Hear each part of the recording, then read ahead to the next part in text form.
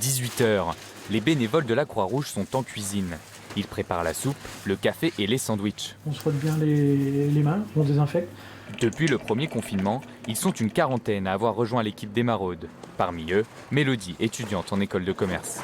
Ça fait partie un peu de notre mission d'étudiant maintenant, de venir en aide aux sans-abri. Ça leur fait du bien de nous voir. C'est des nouvelles personnes, ça fait un coup de peps, on va dire, pour eux.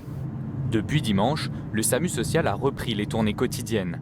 Dans le camion, de la nourriture, mais aussi du gel, des masques et des attestations. Pour Amine, 23 ans, ce deuxième confinement dehors s'annonce encore plus difficile. On a de moins en moins le droit de sortir, de moins en moins le droit de se voir, de moins en moins le droit de se toucher. Et ce qui est encore une fois légitime, mais dans un contexte comme celui-là, à la rue, c'est vraiment déjà que là on est un peu au bas de l'échelle. Et si on continue au final à renchérir sur ces mesures-là, il ne va plus nous rester grand-chose pour survivre en fait. Face à ces nouvelles mesures sanitaires et les températures qui chutent, les sans-abri se sentent plus isolés et les bénévoles le savent.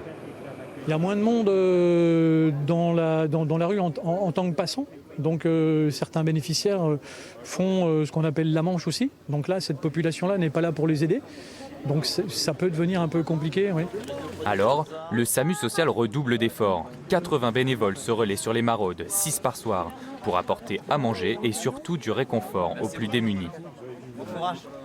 Ça nous permet aussi de nous rassembler et puis de pouvoir discuter, quoi. Pouvoir aussi discuter aussi bien avec les bénévoles qu'avec tous nos collègues des problèmes qu'on rencontre un petit peu tous les jours et puis nous donner des petites astuces justement pour pouvoir survivre en fait par rapport à la difficulté qu'on vit. Comme Sébastien, ils sont près de 70 chaque soir à se réunir autour des bénévoles pour un petit moment de convivialité.